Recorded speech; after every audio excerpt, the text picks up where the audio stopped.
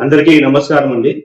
భారత ఎన్నికల సంఘం ఆదేశాల మేరకు మరియు జిల్లా కలెక్టర్ వారి ఆదేశాల మేరకు మన బత్తలపల్లి మండలంలో ప్రత్యేక సమగ్ర ఓటరు జాబితా సవరణ స్పెషల్ ఇన్సెంటివ్ రివిజన్ ముగింపు దశకు చేరుకుంది. అనగా ఈ రోజు రేపు 14 తారీఖు అర్ధరాత్రి 12 గంటలకి సైట్ పూర్తిగా క్లోజ్ అవుతుంది. ఇందులో భాగంగా మన మండలంలో 32,711 ఓట్లు ఉన్నాయి. అందులో ఈ రోజు వరకు 31,690 ఓట్లు మ్యాపింగ్ ఎంక్వైరీలో చేయడమైనది. అలాగే ఇంకా 1001 ఓటు ఈ రోజుకి మిగిలిపోయింది. అవి కూడా ఈ రోజు 12 గంటల లోపల కంప్లీట్ చేస్తాము. కంప్లీట్ చేసిన తర్వాత అందరూ బిఎల్ఓలకు వారి బిఎల్ఏ ఎవరైతే బూత్ లెవెల్ అన్ని రాజకీయ పార్టీలు ఏజెంట్స్ ఎవరైతే ఉన్నారో వాళ్ళకి ఈ రోజు 12 గంటల పైన నోటీస్ జారీ చేయబడుతుంది. ఇంటిమేషన్ లెటర్ జారీ చేయబడుతుంది. తర్వాత రేపు 14వ తారీఖు ఉదయం 11 గంటలకు మొత్తం అన్ని పోలింగ్ కేంద్రాల్లో బత్తలపల్లిలో దాదాపు 42 పోలింగ్ కేంద్రాలు ఉన్నాయి. అన్ని పోలింగ్ కేంద్రాల్లో ప్రతి ఒక్క బిఎల్ఓ వారి ఆధ్వర్యంలో బిఎల్ఏలతో అన్ని రాజకీయ పార్టీ ప్రతినిధులతో మీటింగ్ ఉంటుంది. సో ఈ మీటింగ్ లో పొలిటికల్ పార్టీ మీటింగ్ లో ఏవైతే ఆయా గ్రామాలలో ఓట్లు తొలగించబడినాయో ఆ జాబితాను కూడా వారికి అందజేయడం జరుగుతుంది.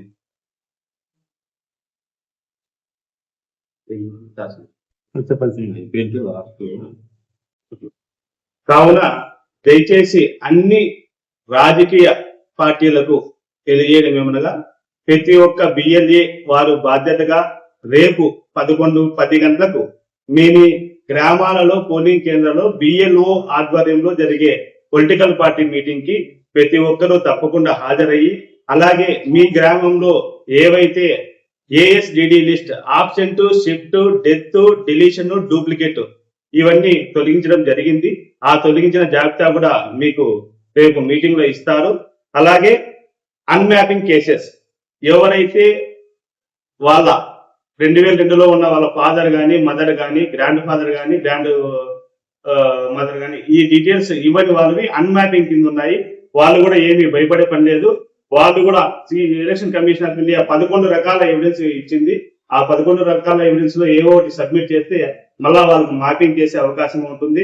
పొరపాటున ఏదన్నా ఓటు అతను ఆప్షన్ ఈ నెల రోజుల ప్రక్రియలో అతను రాని పక్షంలో, అతని ఓటు తొలగిపోయిన పక్షంలో మళ్ళా అతను ఈ ఏదైతే నోటీస్ గ్రేస్ పీరియడ్ ఉందో ఆ గ్రేస్ పీరియడ్ లో ఆ 11 రకాల ఎవిడెన్స్ లో ఏదో ఒకటి సమర్పించి మళ్ళా బిఎల్ఓకి ఫామ్ 6 ఇవ్వవలసి ఉంటుంది.